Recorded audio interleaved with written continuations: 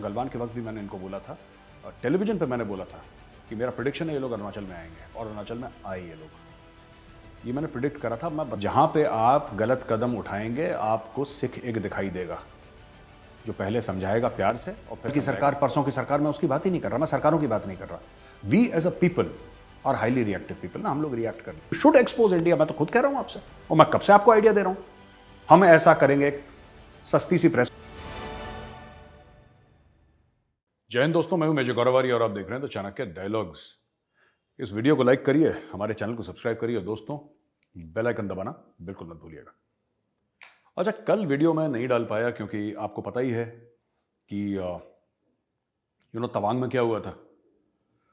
और तवांग में जो हुआ, मैं सवेरे 8 बजे से लेकर फिर रात के 11 बजे तक मैं टेलीविजन पे था, और रिपब्लिक टीवी पे हिंदी और इंग्लिश दोनों पे, तो फिर मुझे वक्त नहीं निकाल पाया। तो आज वक्त मिला तो मैंने बोला अपने कुछ इसके बारे में आपको ख्यालात आपके साथ शेयर करूं, अपनी राय शेयर करूं कि क्या हुआ है, कैसे हुआ है, और आगे ये ना हो। मेरे हिसाब से हमें क्या करना चाहिए। देखिए दोस्तों, 2-4 बातें हैं इसमें, ज़्यादा लंबी चौड़ी बात नहीं है। पहले तो बता दूं कि ये मैं शॉल क्यों पहना हूं। अब ये लद्दाखी शॉल है, ठीक है। लद्दाख से मुझे बहुत ज़्यादा प्यार है। वहाँ पे चाइनीज़ पिटे भी थे, अभी हाल में पिटे थे। 1962 में मेरी रेजिमेंट ने चाइनीज़ को पीटा है वहाँ पे बहुत ज़्यादा। तो लद्दाख के लोग, लद्दाख के भाई बहन हमारे जो भी हैं, आप सबको नमन, आप सबको नमस्कार। और बड़ा मज़ा आता है जब लद्दाख जाते हैं दोस्तों। ये बात आज से नहीं दोस्तों, मैं आज 2-2.5 साल से बोल रहा हूँ। ये डोकलाम आए, डोकलाम के बाद मैंने ये बोला था कि ये फिर कहीं और जाएंगे, अभी डोकलाम को ठंडा छोड़ देंगे ये लोग, और फिर ये गलवान में आ गए। और गलवान के वक्त भी मैंने इनको बोला था, टेलीविजन पे मैंने बोला था कि मेरा प्रिडिक्शन है ये लोग अरुणाचल में आएंगे, और अरुणाचल में आए ये लोग। ये मैंने प्रिडिक्ट करा था। मैं बताता हूं क्यों। लद्दाख, अरुणाचल, सिक्किम, उत्तराखंड, हिमाचल प्रदेश, ये 5 राज्य हैं मुख्यतः जहां से लाइन ऑफ एक्चुअल कंट्रोल जाती है। और लाइन ऑफ एक्चुअल कंट्रोल दोस्तों तकरीबन 3500 किलोमीटर लंबी है। तो 3500 किलोमीटर लंबी लाइन ऑफ एक्चुअल कंट्रोल, जो कि एक बॉर्डर तो नहीं कह सकते, डिफैक्टो बॉर्डर है between India and Tibet. China के साथ हमारा कोई बॉर्डर नहीं है। एक्चुअली हमारा बॉर्डर जो है वो तिब्बत के साथ है, और चाइना ने तिब्बत को ऑक्यूपाई कर लिया है। तो Tibet is basically occupied territory. अब ये जो पूरी चीज है ना, चाइनीज क्यों आए, देखिए ये सबको पता है। आपने टेलीविजन पे तो आपने देख ही लिया है कि 17,000 फुट की चोटी थी, उसके ऊपर धीरे धीरे चढ़ते हुए चाइनीज आए, फिर इंडियन आर्मी ने चाइनीज को पीटा, खदेड़ा, बहुत सारी ऐसी चीजें करी, और उसके बाद चाइनीज को हमने धकेल दिया। ये स्टोरी आपको पता है क्योंकि हर एक टेलीविजन चैनल इसके ऊपर डिबेट कर रहा है, इसके ऊपर शोज कर रहा है। मैं आपसे ये नहीं कह रहा कि तवांग का वीडियो ये हो भी सकता है, तवांग का नहीं भी हो सकता, लेकिन मुझे नहीं पता इसके बारे में, आई डोंट नो। लेकिन one thing I do know कि चाइनीज पिटे हैं, राइट। और चाइनीज बिल्कुल रज के पीटे गए लाठियों से अच्छी तरीके से, फिर वो भाग गए, आपने देखा। तो जब किसी ने वीडियो सोशल मीडिया पे डाला तो नीचे एक पाकिस्तानी, उनकी आदत है हर चीज में कूदने की, तो कूद गए भाई। आप जहां भी भेजते हो, सिखों को भेजते हो लड़ने के लिए। हम भेजते हैं सिख, हम शान है हमारी, सिख भाई बहन हमारी शान है, जबरदस्त लोग हैं। तो क्यों नहीं, देश की रक्षा तो सिख करता आया है, धर्म की रक्षा सिख करता आया है। और कब से करता है, आज से नहीं करता आया। ऐसा नहीं कि उन्होंने चाइनीज की टांग तोड़ी, वो मुगलों की भी टांग तोड़ रहे थे, वो सभी की टांग तोड़ रहे थे, और डे 1 से ऐसे ही चलता चला आ रहा है। They are the protectors of humanity, the Sikhs. तो यार ये कहना कि आपने सिखों को भेज दिया लड़ने के लिए, भाई सुन, जो भी पाकिस्तानी है, नाम भूल गया मैं तेरा दोस्त, ऐसा है कि सिखों को सिर्फ लड़ने के लिए नहीं भेजा, तुम्हारा सरेंडर लेने के लिए भी सिख को ही भेजा था। भारत माँ ने अपने एक सिख बेटे को तुम्हारा सरेंडर लेने के लिए भेजा था, जिसकी तारीख अभी आ रही है, तारीख पे तारीख 16 तारीख आ रही है ना, 2-3 दिन में। तो वो भी एक हमारे सिख थे, हमारे सीनियर थे, उनको भेजा था। तो ऐसी बात नहीं है। तो आप थोड़ा सा आप शांत हो जाएं, आराम करें। जहां पे आप गलत कदम उठाएंगे आपको सिख एक दिखाई देगा जो पहले समझाएगा प्यार से और फिर समझाएगा मार से। आप जिससे समझ लें, आपकी मर्जी है। खैर, हम आते हैं वापस चाइनीज की कोशिश रहती है लगातार कि इस एरिया को ऐसा कर लें, इस एरिया को घेर लें। देखिए इसमें 2-3 वजूहत हैं, 2-3 कारण हैं चाइना ऐसा क्यों कर रहा है। सबसे पहली बात, चाइना के अंदर बड़ी सारी प्रॉब्लम्स हैं। आपने देखा होगा, इमेजेस देखे होंगे, आपने वीडियोस देखे होंगे चाइनीज सोशल मीडिया के कि भाई वो शी जिनपिंग को मुर्दाबाद कह रहे हैं, शी जिनपिंग के खिलाफ नारे लगा रहे हैं। तो शी जिनपिंग बड़ा परेशान हो गया कि साहब ये हो क्या रहा है मेरे खिलाफ, क्योंकि चीन में ये सब तो चलता नहीं, भारत में तो चलता है। भारत में आप किसी को कुछ बोलो, कोई कहने वाला नहीं है, पूछने, डेमोक्रेसी है, everybody is got a right. China में ये सब नहीं हो सकता। चाइना में तो अगर आपने गलत सोशल मीडिया पे एक मैसेज भेज दिया तो भाई पूरे परिवार को उठा लेते हैं री एजुकेशन के लिए। वो तो बिल्कुल बड़ी खतरनाक किस्म की सोसाइटी है। और वहाँ पे पर्सनल फ्रीडम तो है नहीं, पैसा है, लोगों को पैसा दे दिया, बोला मुंह बंद रखो अपने। तो चाइना का मॉडल है ये। खैर, वहाँ पे लोग सड़क पे आ गए। कोविड, आपको पता है कोविड से लोग बड़े परेशान हो गए चाइना में, क्योंकि चाइनीज सरकार ने क्या करा, लोगों को उनके घरों में बंद करा, बाहर से वेल्डिंग कर दी। ऐसा भी नहीं कि ताला लगाया, वेल्डिंग कर दी कि निकल ही ना पाए, कहानी खत्म कर दो इनकी। तो उन्होंने वेल्डिंग कर दी वहाँ पे। कई सारे हजारों लाखों घरों में ऐसे हुआ है। ठीक है, चाइना की इकोनॉमी ये थप्पड़ खा रही है बुरी तरीके से, राइट। चाइना का रियल एस्टेट सेक्टर कोलैप्स हो गया है। गोस्ट सिटीज इन चाइना, आप गूगल पर सर्च करिए, आपको पता लग जाएगा। गोस्ट सिटीज इन चाइना, पूरे शहर के शहर बसा दिए चाइनीज ने कि अब तो पैसा आ गया, बिकेगा बिकेगा, और माल बिका नहीं उनका। ठीक है, इन्वेंट्री पड़ी हुई है। मतलब इन्वेंट्री ऐसा नहीं कि लाख 2 लाख 3 लाख फ्लैट की, 10 लाख फ्लैट की पड़ी है, ना ना, शहरों की इन्वेंट्री है चाइना में। गोस्ट सिटीजों को रहता ही नहीं वहां पे।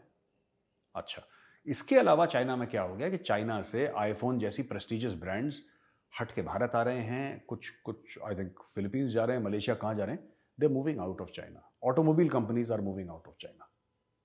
और चाइना हर जगह जलील हो रहा है। बेल्ट एंड रोड इनिशिएटिव उसका लगभग रुक गया है। और ये सब चीजें ना, सी पैक और बेल्ट एंड रोड इनिशिएटिव, ये तब अच्छे लगते हैं जब आपकी इकोनॉमी उछालें मार रही हो, छलांगे मार रही हो आपकी इकोनॉमी। जब आपकी इकोनॉमी इतनी जबरदस्त हो, इतनी तेज आपकी इकोनॉमी हो कि आप सब कुछ मैनेज कर लें यार इसमें। जब आपकी कमाई ज्यादा होगी, आपके खर्चे ज्यादा होंगे। अब आपकी कमाई तो है नहीं दोस्तों, कमाई आपकी लगभग खत्म हो गई है, खर्चे आपके पहले जैसे हैं। तो जब खर्चे आपके पहले जैसे हैं, फिर आप मैनेज किस तरीके से करेंगे? तो खर्चे रोक रहा है। तो बेल्ट एंड रोड इनिशिएटिव पे चाइना ने ब्रेक लगा रखा है। और चाइना पाकिस्तान इकोनॉमिक कॉरिडोर पे भी, जो पाकिस्तान में चलती है, जिसके लिए पाकिस्तान कहता है ना कि यहाँ पे दूध और शहद की नदियां बहेंगी, उस पर भी ताला, अभी दूध और शहद वाली दुकान में ताला लगा रखा है वहां पे। अभी कोशिश कर रहे हैं शुरू करने की। तो चाइनीज आ गए। एक्सटर्नलाइजेशन ऑफ थ्रेट कहा जाता है इसको दोस्तों।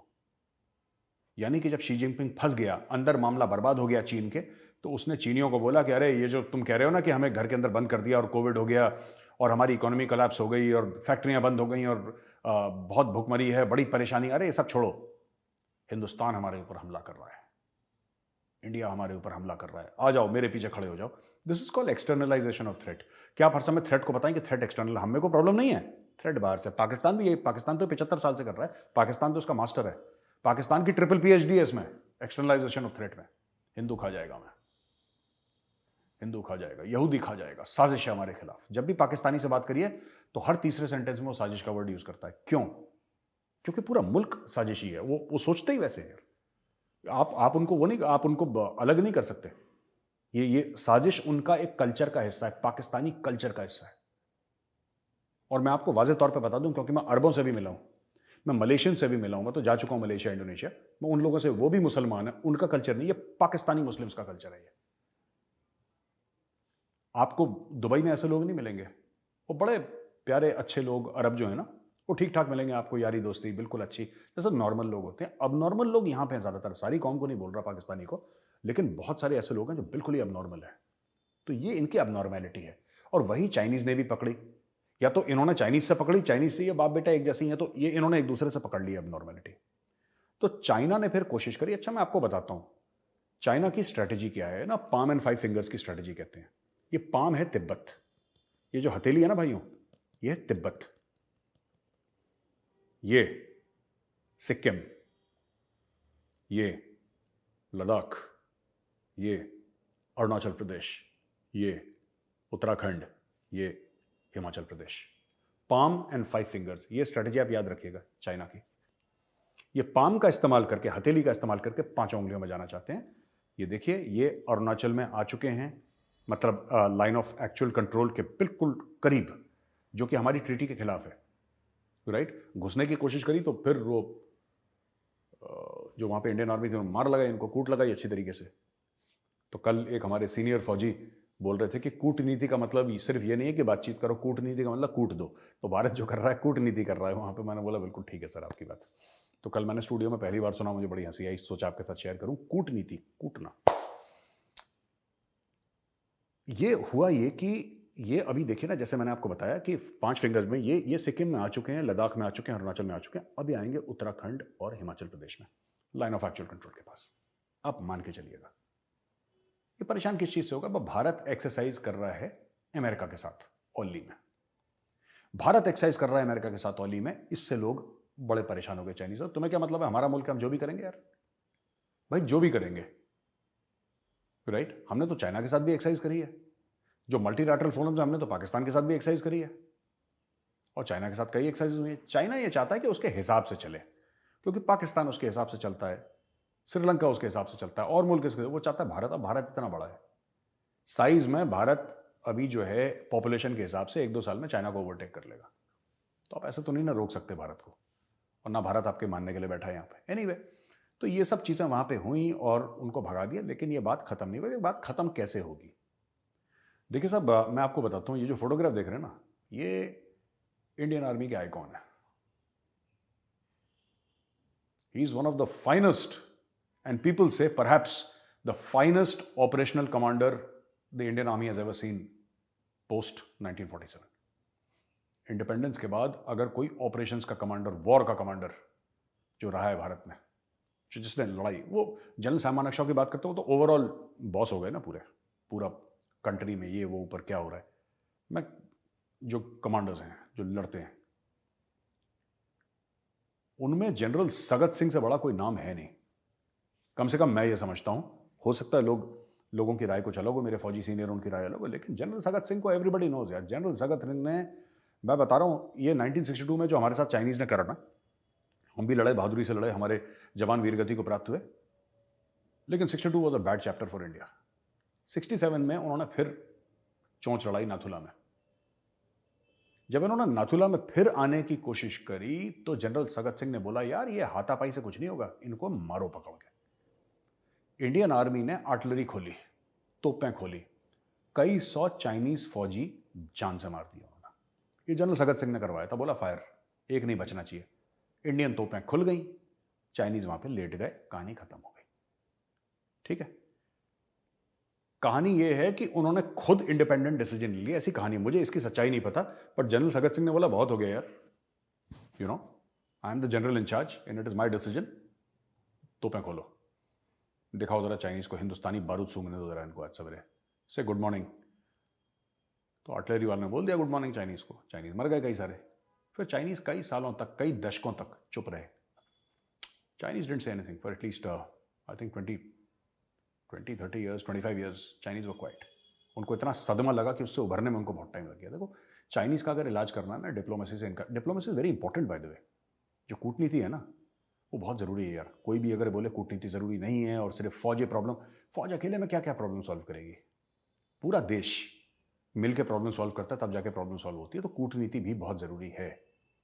लेकिन जैसे होता है ना कि लोग कहते हैं कि टमाटर को गलाने के लिए, कहते हैं जब भूनते हैं ना टमाटर को गलाने के लिए कहते हैं नमक डाल दो थोड़ा सा। आपने सुना होगा, जब मम्मी कभी खाना बनाती हैं तो बोलती हैं बेटा टमाटर में नमक डाल दो, जल्दी गल जाता है। ये नमक इंडियन आर्मी है, जो नमक है ना वो इंडियन आर्मी, वो इस टमाटर को गलाएगी। और उसके बाद जो मसाला बनेगा टमाटर के साथ, आप उसको सब्जी में डालो, आप किसी और चीज में डालो, आपकी मर्जी है। यानी कि अगर हमारे डिप्लोमेट्स को चाइना के साथ एंगेज करना है तो from a position of strength करना है, एक मजबूती की पोजीशन। वो मजबूती आपको भारतीय सेना ही दे सकती है और कोई नहीं दे सकता। भारतीय सेना यानी नौसेना, वायुसेना, कुछ भी। एक तो ये चीज है, चाइनीज को आपको ठोकना पड़ेगा एक बार दोबारा, जैसे जनरल सगत सिंह ने ठोका था। आपके पास और कोई ऑप्शन है नहीं। दूसरी चीज, एयरफोर्स ने कॉम्बैट एयर पेट्रोल शुरू कर दिए वहां पे, और वो सब है। ये मामला देखिए अभी खत्म हो जाएगा, पर ये मामला फिर अपना सर उठाएगा। हम लोग रिएक्टिव हैं, और हम लोग एज इंडियंस रिएक्टिव हैं। इसमें आज की सरकार, कल की सरकार, परसों की सरकार, मैं उसकी बात ही नहीं कर रहा, मैं सरकारों की बात नहीं कर रहा। We as a people are highly reactive people ना। हम लोग रिएक्ट कर लेते हैं, हम लोग कभी प्रोएक्टिवली काम कम करते हैं, कम करते हैं। हम कहते हैं यार देखिए जियो जीने दो, ये हमारा एक माइंडसेट है कि जियो और जीने दो, राइट। मैं इनको बता रहा हूं कि चाइना को दर्द ना समुंदर में पड़ेगा, हिमालय में दर्द नहीं होगा चाइनीज को। और चाइनीज आपको हिमालय में इसलिए एंगेज भी करते हैं कि आपका बजट मैक्सिमम वहां पे जाए, क्योंकि आप बोलेंगे जहां पे लड़ाई है वहां पे पैसा डालो, जाहिर सी बात है। और आप समुद्रों को इग्नोर कर देंगे। हमारी नेवी को भारत ने बहुत टाइम से इग्नोर करा हो, तो अब जाके ये बनाओ, ये जहाज़ बनाओ, मेक इन इंडिया। और ये जो INS विक्रांत का भी प्लान है, आज का नहीं है, ये 10-15 साल पुराना प्लान है। तो ऐसा नहीं है कि मोदी सरकार आई और उसने विक्रांत, नहीं, ऐसा नहीं है। लेकिन इसको जल्दी करो। ये कौन सा है, क्या अटका हुआ है, अच्छा बताओ, कितना पैसा चाहिए, खत्म करो, अप्रूवल चाहिए, ये लो साइन के, काम पे लगो दिन रात। तो ये एटीट्यूड चाहिए होता है सरकार का, तब जाके आपके पास ऐसे ना कि अरिहंत वगैरह ये सब आते हैं। ये पुराने प्रोजेक्ट हैं, तेजस के पुराने प्रोजेक्ट हैं। अर्जुन का प्रोजेक्ट तो 1994 में मैंने पहली बार देखा था, अर्जुन टैंक जो था वो। अब जाके अर्जुन टैंक को ये बोला, पहले थी अर्जुन की यूनिट्स, ऐसी बात नहीं कि नहीं थी रेजिमेंट्स, लेकिन अब जाके बोला है कि नहीं 100-150 टैंक और खरीदो।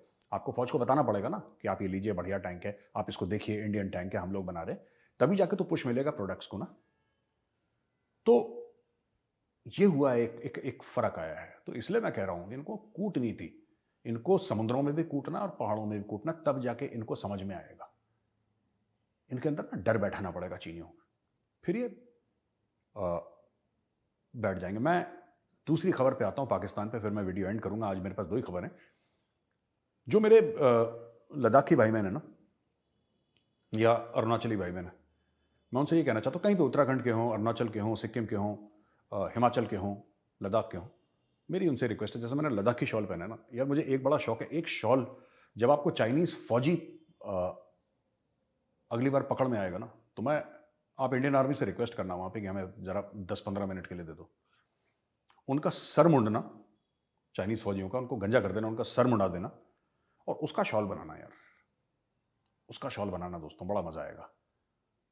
PLA के मुंडे हुए सरों के बाल है ना, उनका एक बढ़िया सा मुलायम सा एक शॉल पहनने का बड़ा मन है। आपका भी मन है, मेरा भी मन है। तो हम दोनों भाई पहनेंगे, आप भी पहनना, मैं भी पहनूंगा, हम सब पहनेंगे, ठीक है। वो पॉपुलेशन बहुत है चाइना की, हम लोग सब शॉल पहनेंगे चाइनीज़ हेयर का। ये याक हेयर का है और चाइनीज़ हेयर का भी पहनना है।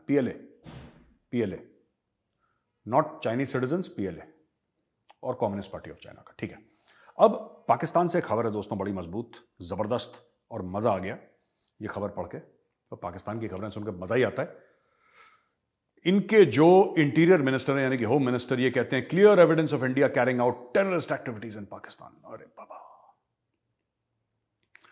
Interior Minister Rana Sanaullah said on Tuesday there was clear evidence of India carrying out terrorist activities in Pakistan, adding that the government has decided to present the matter before the international community. We have decided to bring our stance before the world and unveil India's face of terrorism, he said in a press conference in Islamabad, flanked by Punjab Counter-Terrorism Department Additional Inspector General Imran Mahmood. For decades, Pakistan has been burning in the fire of terrorism. Our mosques, imambadas, important buildings and gatherings have been targeted. Today, the matter that we are putting before you, we have evidence of India's involvement in it. Blah, blah, blah, blah, blah. ठीक है, all right. अब हम देखते हैं कि राणा सनाउल्लाह साहब ने बोला क्या। ये कह रहे हैं साहब कि देखो, भारत दहशतगर्दी मचाता है, हमारे मस्जिदों में, हमारे इमाम बाड़ों में, हमारे इधर, हमारे उधर भारत ने बम डाले हैं, आतंकवादियों को भेजा है, दहशतगर्दों को भेजा है, भारत फंड करता है, फाइनेंस करता है। ये राणा सनाउल्लाह का कहना है। तो राणा सनाउल्लाह साहब, देखिए, बात अच्छे सियासतदान है, इसमें कोई डाउट नहीं है। मैं राणा सनाउल्लाह साहब को एक बात कहना चाहता हूँ। ये बात ना मैं कई सालों से कह रहा हूँ, अगर आपको ऐसा लगता है कि भारत ने टेररिज्म करी है, अगर आप मिस्टर राणा सनाउल्लाह ये मानते हैं भारत ने टेररिज्म करी, तो मैं आपको बताता हूँ फिर आप भारत को कैसे एक्सपोज करें। आप एक इंडियन आर्मी ऑफिसर से सुन लीजिए कि भारत को कैसे एक्सपोज करा जाए। आप लोगों को आता ही नहीं एक्सपोज करना, आप लोगों को ये आता है कि खुद को कैसे एक्सपोज करना है, ठीक है। वो उसके घर की लड़की को कभी ना कभी मरियम औरंगजेब को, कभी मरियम नवाज को, वो इनके फैमिली की लड़की, यही करते रहते हैं आप लोग। इसकी रिकॉर्डिंग, ये रिकॉर्डिंग, ये छिचोरी हरकतों से आप लोग बाज आइए, ठीक है। ये लेडीज़ वेडीज़ की ऐसे आप परेशान मत करिए लेडीज़ को। मैं आपको बताता हूँ, आप बड़ा गेम खेलिए, आप इंडिया को एक्सपोज करिए। जो इस्लामाबाद का सबसे बड़ा 5 स्टार होटल है, सबसे बड़ा 5 स्टार होटल, जो मुझे नहीं पता इस्लामाबाद में होटल है कि नहीं, होंगे आई एम श्योर, जो सबसे बड़ा होटल है, लग्जरी होटल, आप उसको बुक करवाइए, ठीक है। और आप उसमें जितने भी एम्बेसीज हैं, वहां पे एम्बेसडर्स हैं, आप सबको बुलाइए। हम दुनिया के सामने ले जाएंगे, ये करेंगे, वो करेंगे, बकवास। मैं आपको बताता हूं क्या करना है, मैं आपको स्टेप बाय स्टेप बताता हूं पाकिस्तान को क्या करना चाहिए। आप बड़ा होटल बुक करें इस्लामाबाद में, ठीक है, जो सबसे बड़ा होटल है या कन्वेंशन सेंटर है, जो भी सबसे बड़ा होगा, आई एम श्योर होंगे वहां पे। और आप जाके कुछ मत करो, आप जितने भी एम्बेसडर्स हैं और जितने भी डिफेंस अटैचीज हैं, हर एक एम्बेसी के आप बुलाओ, इंडियंस को भी बुलाओ, सबको बुलाओ, जो अमेरिका को बुलाओ, रशिया को बुलाओ, चाइना तो खैर, चाइना का तो पाकिस्तान है ही, तो चाइना तो होगा ही वहां पे, सबको बुलाओ, जितने भी 190 180 जितने भी एम्बेसीज हैं, राइट, जितने भी एम्बेसीज हैं आपके, आप सबको बुलाओ पूरी दुनिया भर, राइट। इसके अलावा आप यूनाइटेड नेशंस के सीनियर ऑफिसर्स को बुलाओ, यूनाइटेड नेशंस सिक्योरिटी काउंसिल के मेंबर्स को बुलाओ आप, राइट, जो उनके ओहदेदार हैं, मैं कंट्रीज की बात नहीं कर रहा, उनके तो एम्बेसीज हैं वहां पे।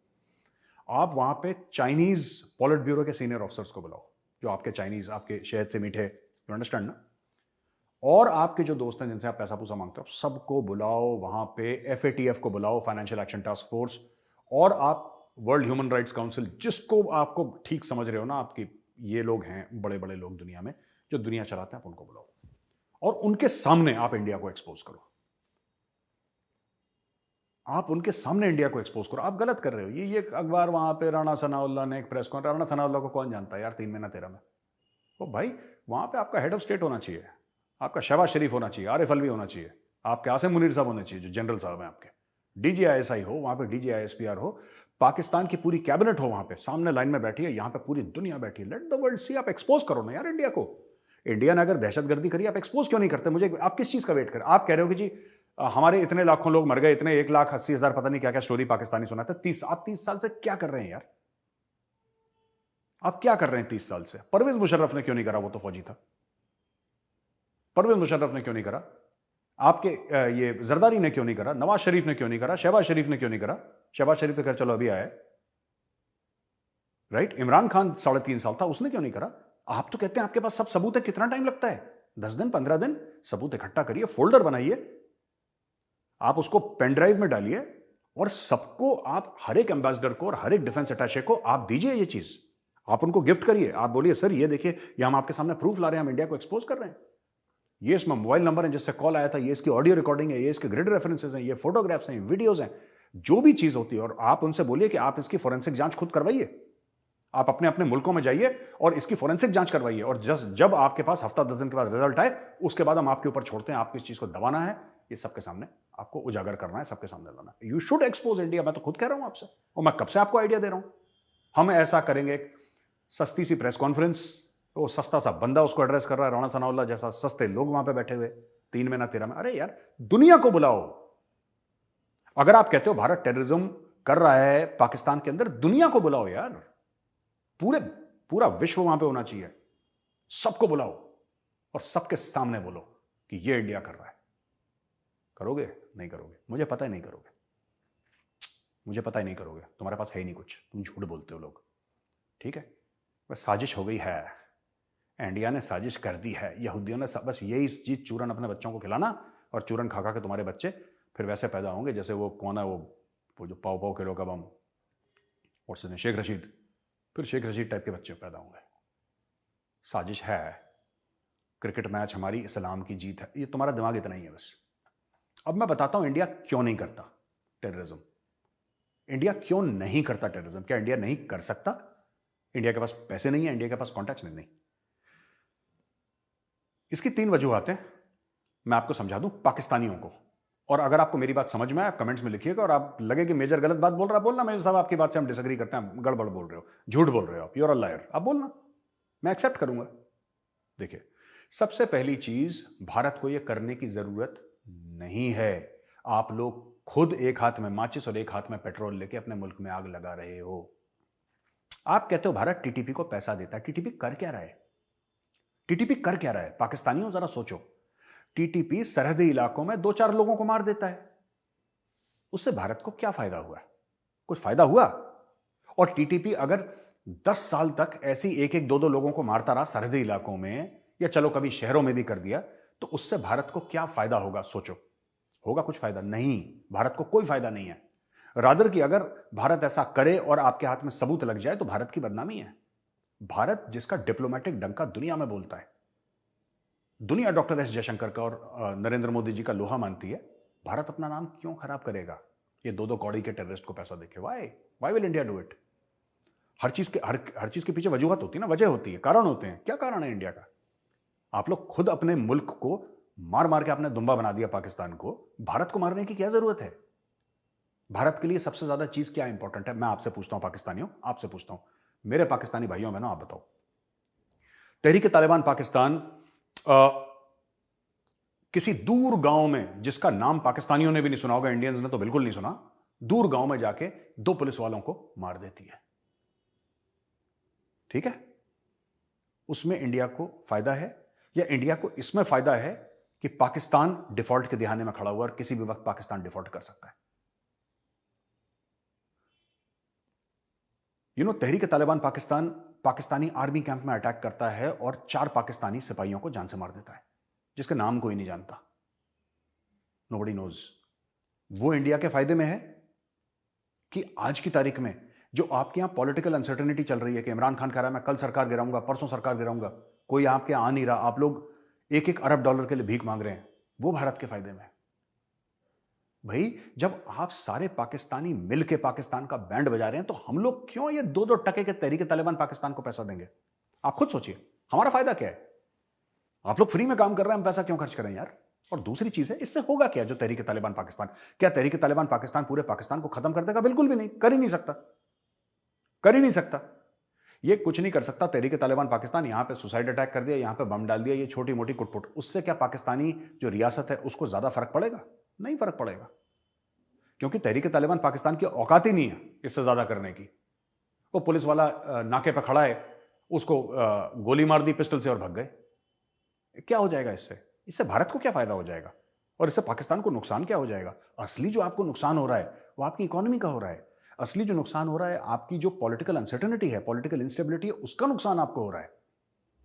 राइट? जो आप लोग लगभग 4, 4.5, 5 साल एफएटीएफ में रहे, उसका आपको नुकसान हुआ है जबरदस्त, और उस नुकसान से उभरने के लिए आपको 15-20 साल लग जाएंगे। अभी तो आपको पता ही नहीं क्या गेम चल रहा है यहां पे। इंडिया जब आपको डिप्लोमेसी के थ्रू नुकसान पहुंचा सकता है तो इंडिया ये टेररिस्ट को क्यों इनके मुंह लगेगा? अगर आप होते, आप क्यों लगते? कोई भी क्यों लगता? आप लॉजिक सोचिए। तीसरी चीज मैं पाकिस्तानियों को बताना चाहता हूं कि देखो यार, आप हमारे रेडार में हो ही नहीं। वो तो मुझ जैसे लोग हैं जो पाकिस्तान में मतलब इंटरेस्ट लेते हैं कि हम रोज वीडियो पाकिस्तान को लेकर या कोई ना कोई पाकिस्तान के मेंशन करते हैं और वीडियो बनाते हैं। कभी भी जो फॉर्मल अनाउंसमेंट होगी फॉरेन ऑफिस की, ये पाकिस्तान का नाम लेना ठीक नहीं समझते। आप लोग अपने आप को इतना इंपॉर्टेंस क्यों देते हो कि इंडिया ने ये कर दिया, इंडिया साजिश कर रहा है? इंडिया नाम नहीं लेने को राजी आपका यार। साजिश तो बहुत, मैं आपका नाम लूंगा, आप मेरे जहन में बसेंगे, दिलो दिमाग में बसेंगे, तब मैं आपके खिलाफ साजिश करूंगा, तब मैं देखूंगा कि मैं आपका नुकसान। नरेंद्र मोदी सरकार ने साफ साफ बोल दिया है कि हमारे वेस्ट में कुछ है ही नहीं, हम ये मान के चलते हैं वहां पे कोई मुल्क नहीं है, गड्ढा है बहुत बड़ा। That's it, that's the end of the story. हमें कुछ बात ही नहीं करनी है आपसे, हम नाम ही नहीं लेते आपका। आप लोग उछलते रहो, आपको अच्छा लगता है कि 2 बड़ी शक्तियां हैं आपके बगल में, 2 बड़े पावर्स हैं, चाइना और इंडिया, और ये चूरन आप बेचते भी हैं दुनिया को कि we have the world's one of the world's 2 biggest economies close by and that is why Pakistan is a good investment destination. ये तो आपका लॉजिक है। आपके लोग बेचते हैं बाहर जाके ये कि पाकिस्तान में इसलिए इन्वेस्ट करो क्योंकि एक तरफ इंडिया है, दूसरी तरफ चाइना है। ये तो हाल है आपके। तो भाई ऐसा नहीं है। India is not interested in Pakistan at all. Neither we are interested in Pakistan, no we interested in Asim Munir और इमरान खान और शहबाज शरीफ और तहरीक तालिबान पाकिस्तान। आपको आपका मुल्क मुबारक, आपकी खुशी मुबारक, आपको जो करना है वो करिए। ठीक है, तो दोस्तों ये वीडियो यहीं पे खत्म होता है। हमारे वीडियो को लाइक करिए, चैनल को सब्सक्राइब करिए, बेल आइकन दबाना बिल्कुल भी मत भूलिएगा। जय हिंद।